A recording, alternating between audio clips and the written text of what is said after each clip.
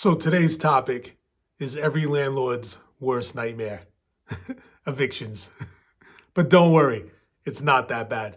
It's a lot of legal things that you need to know, and a lot of things you do up front can really help you out on the back end immensely.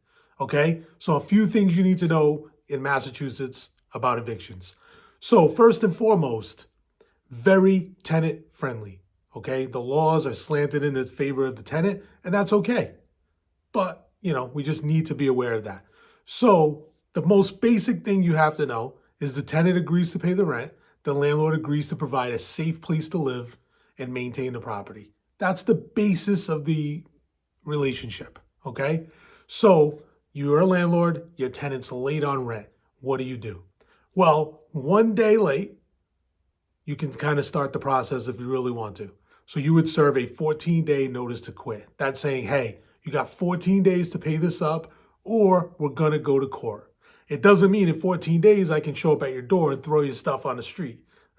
Doesn't work that way. So they don't pay, the 14 days goes by, then you need to get an attorney. You got to summons them to court. That court date is further and further away as things go on, right? We're kind of coming out of the pandemic, and it's just, the courts are backed up. So we're seeing about a month or two out, or almost 2 months out. So that court date will come, you go to court, you kind of go in front of a judge, and an agreement is made. Now, there are a lot of opportunities for tenants to get assistance to get caught up on that rent. So if they do that, that's part of the agreement with the judge, and you'll have to go from there, okay? So that would be considered as part of it. And honestly, if it's a good tenant and they just kind of fell behind and they can get caught up with some assistance, then that's a win for everybody, all right? The second type of eviction notice you can serve a tenant is a 30-day notice to quit. So that's just like, I'm the owner, I have a right to possession of my unit. You're a tenant who's a tenant at will, a month-to-month, not on a lease. I'm giving you notice that I want my apartment back. That's it. Not an eviction, but kind of. If they don't leave, you still have to go to court. There's some nuances there as well. Late fees. You can't charge a late fee in Massachusetts until someone's 30 days late. At that point, it just gets tagged on to part of the eviction process if they're not paying the rent. Speed to serve the notices is key. You have to be aware. Like we said, courts are very far behind on scheduling. The longer you wait, the longer you let the problem persist, the worse it gets for everyone. Okay? There's two types of courts that you can go to for eviction matters in Mass. There's housing court and district court.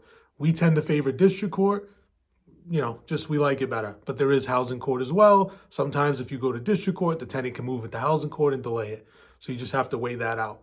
You'll need an attorney, constable to serve everything. So a good attorney would have that for you. And keep in mind, if you win and you get a judgment on someone and they don't leave, then you could get to a point where you have to move them out. And that's where it gets expensive and it gets uncomfortable for everyone. So literally you have to pay a sheriff to show up. You have to pay a moving company. You have to pay, I think it's 3 or 6 months of storage, right? So you have to cover all that. So then we, show up at the door, sheriff opens the door, the moving company comes, moves everything out, and you're paying for storage. Least desirable outcome for anyone. So in our experience as property managers, we do our best to negotiate with the tenant and the landlord and try to come to a solution. Either the tenant stays, maybe we adjust the rent, maybe we forgive the debt if it was like a one-off thing, or maybe the tenant agrees to go and we don't pursue the eviction and they don't have that on their record. So there's a lot of nuances to evictions. None of this, of course, is legal advice. But if you have any questions about a specific situation, let's connect and I'll connect you with some of the best attorneys around to handle evictions. All right? Take care.